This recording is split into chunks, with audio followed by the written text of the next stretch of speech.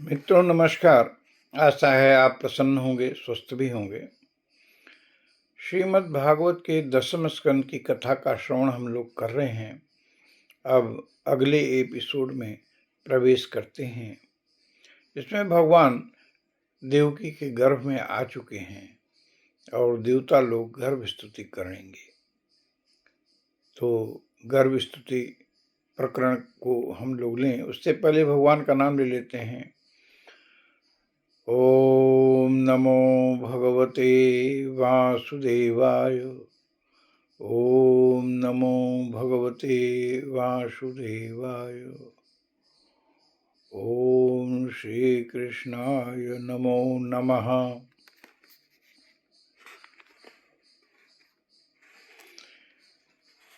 जब देवकी के गर्भ में भगवान आ गए, तब ब्रह्मा जी, शिव जी और अन्य ऋषि नारद आदि कैद खाने में आए और भगवान की स्तुति की। यह प्रकरण भागवत के 10वें स्कंद के अध्याय 2 में विस्तार से दिया गया है। श्लोक 26 और 27 है। सत्यव्रतम सत्यपरम त्रिसत्यम सत्यस्य योनिम निहितं च सत्ये सत्यस्य सत्यमृतसत्यनेत्रं सत्यात्मकं त्वां शरणं प्रपन्ना। एकायनोऽसौ द्विफलास्त्रिमूलः चतुरसः पञ्चविधः खडात्मा सप्तग्वष्टविटपो नवाक्षो दशक्षदि दिखगो ह्यादिवृक्षः।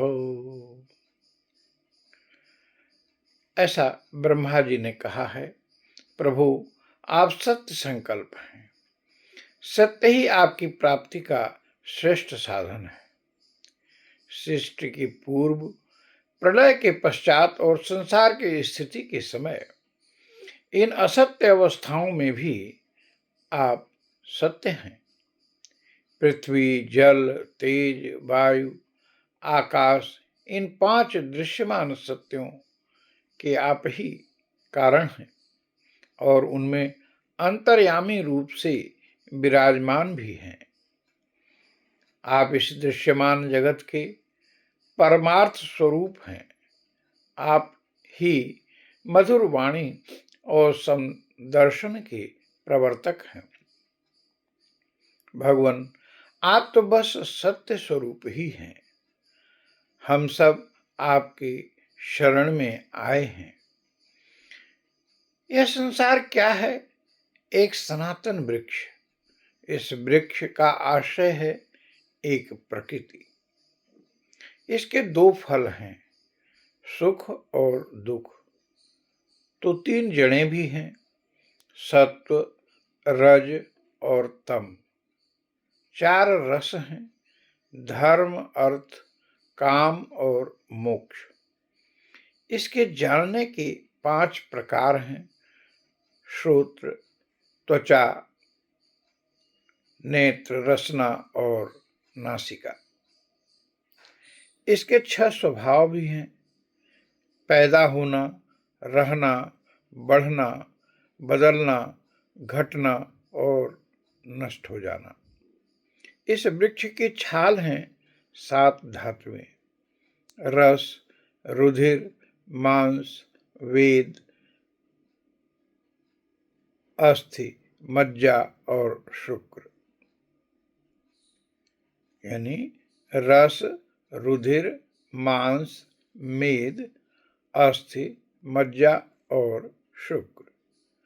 8 शाखाएं हैं, 5 महाभूत, मन, बुद्धि और अहंकार, इसमें मुख आदि। 9 द्वारों, खोड़र, प्राण, अपान, व्यान, उदान, सरक, नाग, कूर्म, कूकल, देवदत्त और धनंजय। ये 10 ही इसके 10 पत्ते हैं। इस संसार रूप वृक्ष पर दो पक्षी हैं, जीव और ईश्वर।